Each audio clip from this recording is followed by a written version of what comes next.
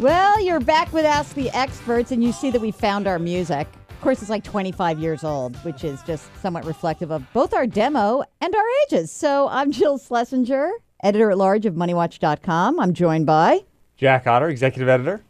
Eric Schoenberg, editor-in-chief. I was 5 years old when that was I recorded. know you were. We all were. I could hardly remember it. Hey, this is the program where we answer your financial questions. So if you do have a question that's burning inside you and you want to ask the experts, just shoot us an email. You can go on to MoneyWatch.com and you can go on to any of the bloggers and pop a question in there. My blog is The Financial Decoder. Eric, your blog is called Financial Independence. Who wouldn't want financial independence? So, there it is. So send us questions. You can tweet us questions at Jill on Money. Eric, what are you? Are you just like sort of something plain vanilla on Twitter? Yeah, just Eric Schoenberg, or editor at BNet. Editor at BNet. All right. Well, so if you've got questions, we'd love to answer them. Anything that has a dollar sign involved, right? Any financial question at all. So this week, lots of data points coming out. This is all very exciting. And today, today, I'm not allowed to say today, but you know what? This will be this week. So we got a lot of news this week. Edit that out or not. Jobless claims, employment report, all this excitement. And Eric, what do you make of this? Are we plowing through? Are we getting through? Is this a real recovery? It can be a real recovery, even if jobless claims continue to rise and or continue to mount. I suppose you say that jobless claims are shrinking week over week, but still, we're laying off hundreds of thousands of people a week, and that's not good news. And tomorrow, this week. We'll get that. We will get that. The unemployment rate is expected to go up, but that's always a lagging indicator. In recoveries past, that has lagged by as long as 6 months from the time the economy hit bottom, and that doesn't mean that it can't be a strong recovery. And, we started the segment here with my burning down the house homage to housing.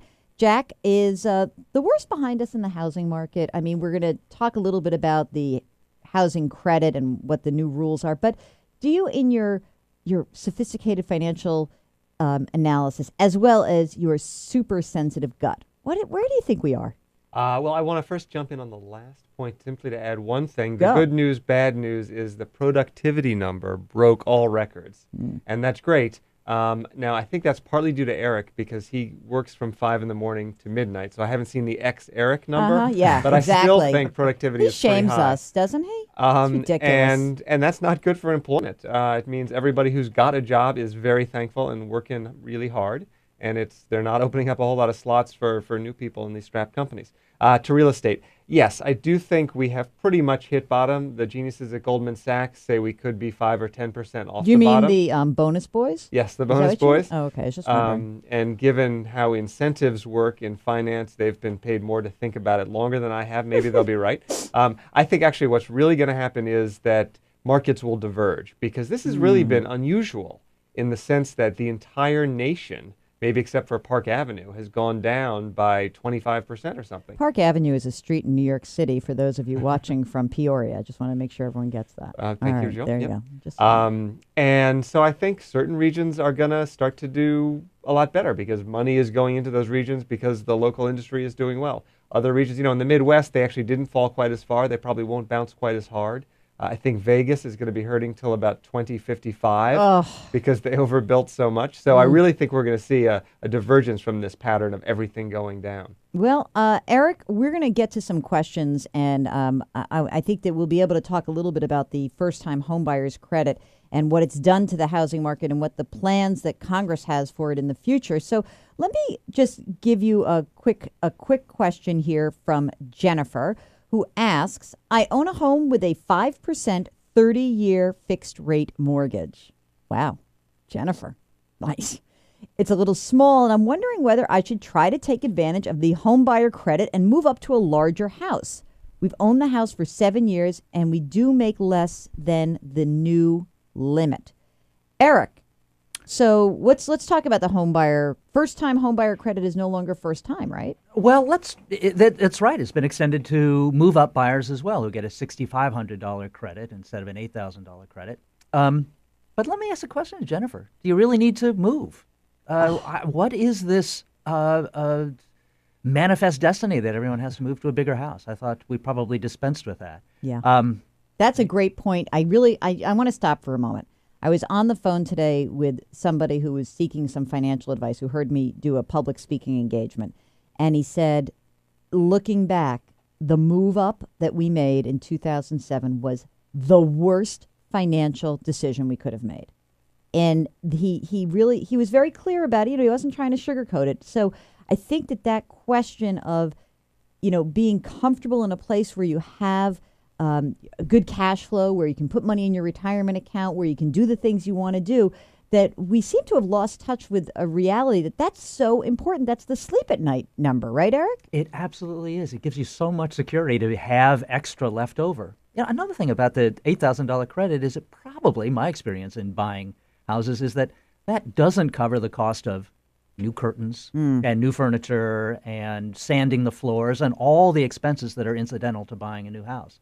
So if the question is strictly about investment, should I move up to a bigger house because that'll make more money for me and I'll take advantage of the $8,000 credit?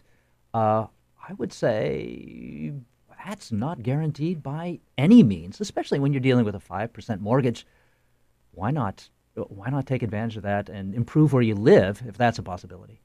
Jack, you agree on this? 100%. The tail is wagging the dog here, and everybody has always thought, oh, my first financial priority is buy a house, buy as big a house as possible, and that's just not right. I would say, however, that if she and her family sit down and say, you know what, there's another child on the way, and there's no way we can fit in this thing, then it's a pretty good time to buy a house. Less for the $8,000 than where interest rates are right now, and we know that the housing market is depressed. Now, when I start playing music like this, it means be quiet. No, it means that we're going to switch topics, just so you know. This is called Breathe and Stop. You certainly are switching in musical genres. Well, we got to get a lot of different people, so you got to be, breathe and stop now, okay? So we're going to breathe, we're going to stop. And what's good news for Jennifer may be bad news for our next questioner. You ready for this, guys? I have a modest salary and student loans to pay, but a little bit of money, and I'd like to invest, maybe $3,000.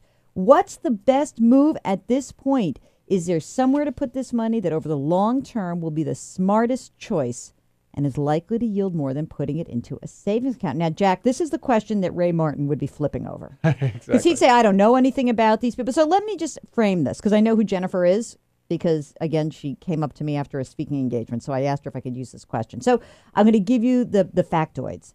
She's young, she's single, she rents, she's got good cash flow, she's in a good situation, okay? And she does have her emergency reserve fund. She's got it all together. She uses her retirement account at work. This is $3,000 she really doesn't need right now. And she's looking for investment suggestions. What do you think? I mean, first of all, do you think the market's actually, is it time to invest? Is the worst behind us? Is this the time where we say, all right, get on with it. Come on. Jill, at MoneyWatch, we don't say what the market's going to do. I'm sorry. Because we don't know any more than anyone else? I'm baiting you, aren't I? Certainly are. Mm-hmm. Now, you said she's young. Yeah. Okay. So, and she doesn't need that money. Definitely doesn't need it. And not going to buy a house, or no near-term cash need. Okay. She's a happy renter. Okay. There's two things here. First of all, there's what is the best place to be in the market right now. I don't know the answer to that question. But I'm going to say, what is the best place for her to be? She's just sort of getting her feet wet in investing, in saving, and I kind of like the idea of putting that not very large amount of money in a diversified, maybe trio of mutual funds. And I gotta get 3 funds. She's only got $3,000. How about Vanguard Total Market Index Fund or Fidelity? I forget. We have to be careful about minimums here. Whoever will let her invest less than $1,000. I'm just kidding. That's a joke, everyone. Really. It's a joke. So a total market index fund or an S&P 500 index fund, either one's fine. Then an international, actually a foreign stock mutual index fund, foreign stock index fund, and then a short-term bond fund. The only market timing call I'm going to make is I do think that long U.S. Treasuries are a little scary and could be scary for a really long period of time. Okay, just time out 1 second. Sure. She's got $3,000. She doesn't know what long U.S. Treasuries are. Good point. Okay. So a mutual fund that invests in short-term bonds. is Okay. where I would put- Government bonds. Government bonds. yeah. Okay. And there might be a few corporates in there. Usually these high quality bond indexes include a few corporates, and that's fine. Okay. You know what? You know so- what? I'm sorry. You know what? I think this questioner ought to consider would be a target date fund.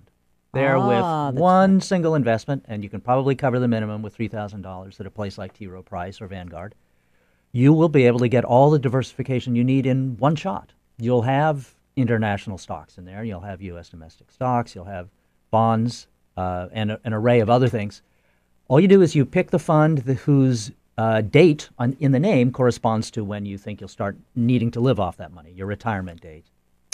It's all in one. It's a real fire and forget kind of fund, and because of diversification, it'll be shielded against putting all your money in at what might be the top of the market temporarily. All right. Now, this is the last question because I got to go. I mean, I love you guys, but I've got to go. And so here it is. And I loved your allocation, Jack. I was just busting your chops. I thought that was great. I'm 64 and in my company's defined pension plan. Ding, ding, ding. A pension? Who has those anymore? When I retire, should I take an annuity or a lump sum payment? Eric, a quick response on that one. What do you All right, think? two things to consider. Is there a chance that you'll need the money in a lump sum? Will you want to start a business? Will you want to buy a vacation home? If you choose the annuity, that money is locked in for the rest of your life, and so you won't be able to get at it for a lump sum. But if you come from a long line of nonagenarians, you're likely to live a long time. What word did you just use? I swear to God, I love you. I hope it meant people over 90. I'll I tell hope you that's what it something. meant. I love this Maybe man. It That means is a people $10 who $10 word. who say the novena all the time. Oh, I don't okay. know, but Very nice. all right. So, depending on your health, if it's good, depending on your state of mind, I am a big believer in annuities. Taking the pension, getting the monthly check, not because it's necessarily going to add up more to the than the lump sum, but because it gives you such peace of mind. Studies show that people who put half of their retirement money in a pension or take it as an annuity are happier. They just have that check. And think about when you're 85, or think about the time when you do cross that 90-year threshold. How much time are you going to want to spend managing your money and choosing the right asset allocation? It'd be nice just to have that taken care of for you, guaranteed by an insurance company, and that check coming in month after month, reliable. All right. Well, I'm going to tell you something. I think Jack and I are nodding our heads, and we agree. And we're going to call this a day now in our third. Is this our third or fourth Ask the Experts? It's the third. This is very exciting, truly. Truly. I want to thank everyone for listening and tuning in. And if you want different music, you guys can play with the iPod next time. But I like the power of having it here. For Ask the Experts, I'm Jill Schlesinger. I'm Jack Otter. Eric Scherner. And we hope to see you here next week. Shoot us emails, moneywatch.com. Go onto our blog roll. Go to Eric's blog or Jill's blog and ask us questions. Jack, you need a blog. We're More talking work. about it. More We're work talking for about it, you. yeah. Sorry. Hey, thanks for tuning in, and we'll catch you next week.